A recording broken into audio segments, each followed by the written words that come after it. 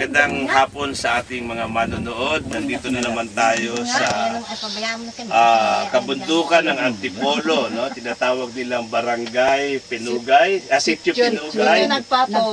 Nagpatong, no? Sitio Nagpatong, Barangay San Jose dito sa Antipolo City. Way back in September 11, 2010, nagkaroon kami ng parang medical mission outreach dito. The same leaders, no, ng community ang makikita ninyo. Si Mami, no, mother ni Roy Padrilanan. Kunan mo ng video si Mami.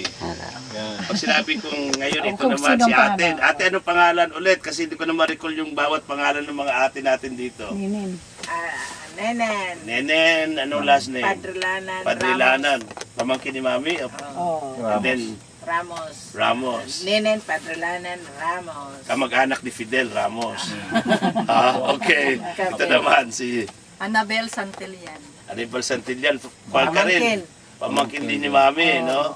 Of course, yung mga bata at the back, sila yung ating tutulungan, gagamutin later.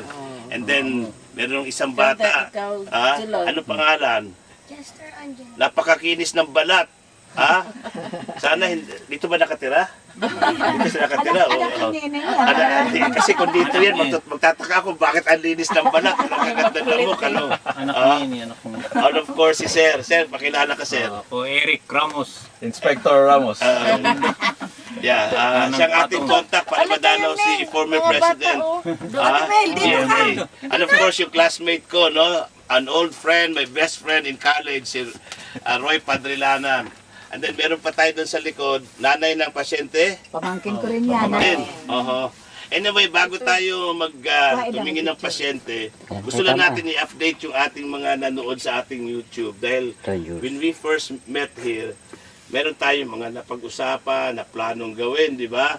Of course, successful pa rin yung mga nasimulan ni Mami, yung kanyang vegetable gardening, yung pagtatanim ng mga fruit trees, no? Mga saging.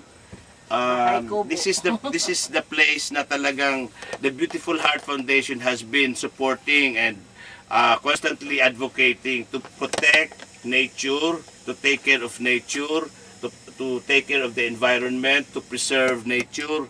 So ginagawa na nila ang family Padrilanan, matagal na nilang ginawa ito, years before Mami, no? Yeah. Nung buhay pa si Daddy. Yeah, that was 1978. 70s pa. Kumbaga hindi ko pa naisip magtayo ng Beautiful Heart Foundation. Naisip na ni Daddy na magkaroon ng ganitong lugar, no?